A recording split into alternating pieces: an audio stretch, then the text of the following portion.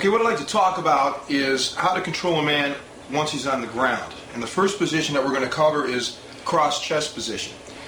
There's some key points here that are always going to make your opponent carry your weight at all times. You want to make yourself as heavy as possible, and I'm going to show you how to do that. Second thing is, your opponent on his feet, whether he's striking, whether he's attempting a takedown, or when he's on the ground, gets all of his power from his hips. So you want to try to control his hips. Third thing is, you want to make sure that you can keep your hands free. This way you can enable yourself to get hooks or concession holds if need be. Also, whenever you're pinning a man, you want to make sure that your energy is going straight through him, not on an angle. Okay? Again, this is going to make yourself as heavy as humanly possible. I'm going to turn Bruce to the side, and I want you to see something. When he's laying here, what you need to do is you need to dissect the height of his chest to the ground and find the halfway point. That halfway point is the center of gravity. You must keep your hips below that center of gravity. In this position, the center of gravity is right here. If he were to start to bridge slightly, the center of gravity now has gone way up. This means that you have to compensate by lowering your hips even more. You don't want to stay locked to this one position. By doing this, you're going to stick to him, and you're going to stick to him hard. Now, some people use the analogy of clinging to your opponent like a wet wash rag. I don't like to use that analogy because a wet wash rag is actually pretty gentle and pretty soft on your body. I like to say stick to him like a steamroller going over a pavement. You want to be hard, you want to be driving at all times. You don't want to be soft and gentle on this guy, okay? Later on, you're going to see other ways of using parts of your body, your elbows, your head, your fingers, to gouge and to make his life even more uncomfortable. So the principle here is, at all times, make your opponent carry your weight and make it as uncomfortable as possible. You want to keep your opponent in an unnatural position, whether it be just holding him down or going for a submission. You never want him to be in a comfortable, relaxed, natural state, because this way he can harness all of his energy, all of his strength to counter you. So we want to dissect that. We want to take them apart bit by bit. So I'm going to show you now the way that I pin. Pay attention to my hips. If I'm up high like this, I might be able to smother him, but he's really not feeling any kind of stress, okay? No matter where my hand is, it really doesn't much matter. I'm light, all my weight is here, going on my knees.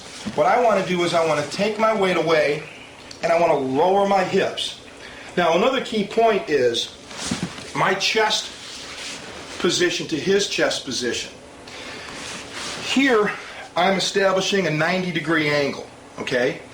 The optimum position of my chest, 30-degree angle, not a 45-degree angle like some people may think. I don't want to be here. I want to be right about here. This is going to make him carry more weight, and I'm going to show you. I don't know if we can hear Bruce, but how does that feel?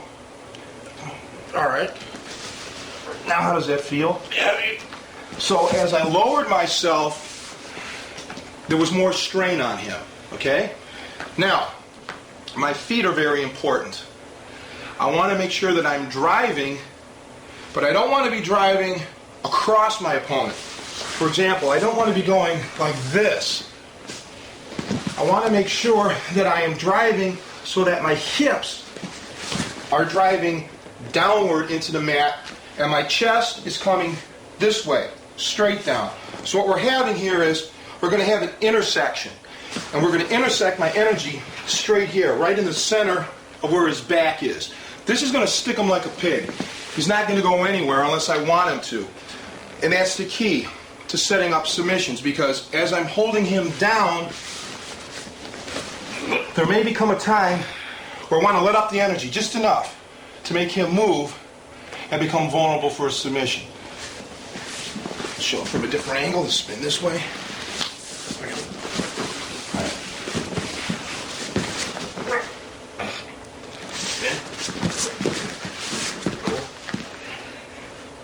Let's get back to here. Now watch what my hips are doing. My hips are driving as low as I possibly can. This is very important. I'm not up high. This is relieving all the pressure. This is giving him a canal to enter in either with his arm, or if he's a very good jiu-jitsu man, he's going to try to enter in with his legs and get me back into the scissor position, which is what I want to avoid at this point. I have a very good hold down. There's no point making it more inferior. Now, I'm going to show you something. Some guys are taught to block his hip. We're going to have to turn this way. To block his hip or his leg with your arm, which is fine. But what that does now, for the most part, it totally disengages anything that I can do as far as trying to get a submission on the guy. Instead, lowering my hips and attacking him as he's coming in on me with my hips. The same principles that we use on our feet, we want to use on the ground. Therefore, if Bruce was attempting to snake his leg in, instead of me blocking it with my arm, all I'm going to do is hip into him, just as if we were on our feet, like a sprawl. So if I hold him down and he's coming in, I'm going to hip in. I got that low driving pressure on him, and there's no way that he's going to get his leg in on me. If he tries something else, then I'm easily able to shift into a different position. So what I want people to understand now is to start using your whole body. There's an axiom or a maxim in catch wrestling, which is use his whole body as a target and use your whole body as a weapon. And that's what we're going to try to establish here. Okay, now I'd like to cover some finer details and some slight variations. I don't want to get too into the variations because it's infinite, okay? Every time you fight someone, I like to look at it like a pool game. Every time you shoot a game of pool, the balls are not going to line up exactly the same way. You're going to make shots that you probably have never made before in your life. They may look the same, but it's just off by a fraction of an inch. It's something different. So therefore, there's no point in me ever attempting to show you every possible variation because it's impossible. What you need to do, like in pool, is to understand the underlying principles, and then you're going to be able to improvise like a jazz musician would and suit the scene perfectly. Now, sometimes what I like to do is keep my arm underneath his head, okay, underneath the neck. It gives me some good control, and it can also end up setting up for some neck cranks and some arm bars. Key thing, whenever you're holding a man down, and even when you're attempting submissions, you want to have ultimate control and you want to take away the opponent's space. Okay, space is like a love-hate thing. When I'm the aggressor, having no space is a good thing. When I'm on the defense, most of the times I need space. Okay, so you have to know when to play with that. If I'm holding him down, what I want to make sure is there's space here between my bicep and his enormously large neck. I don't want that. I want to get it in nice and tight and as deep as possible. Also, if you remember earlier, I said I don't want him to be in a natural position. Right now, Bruce is in a pretty comfortable position. He's relaxed, actually. What I want to do is somehow start taking his head out of alignment. If I can take his head out of alignment like that, it's very unnatural for him. It's not going to be a comfortable thing, okay?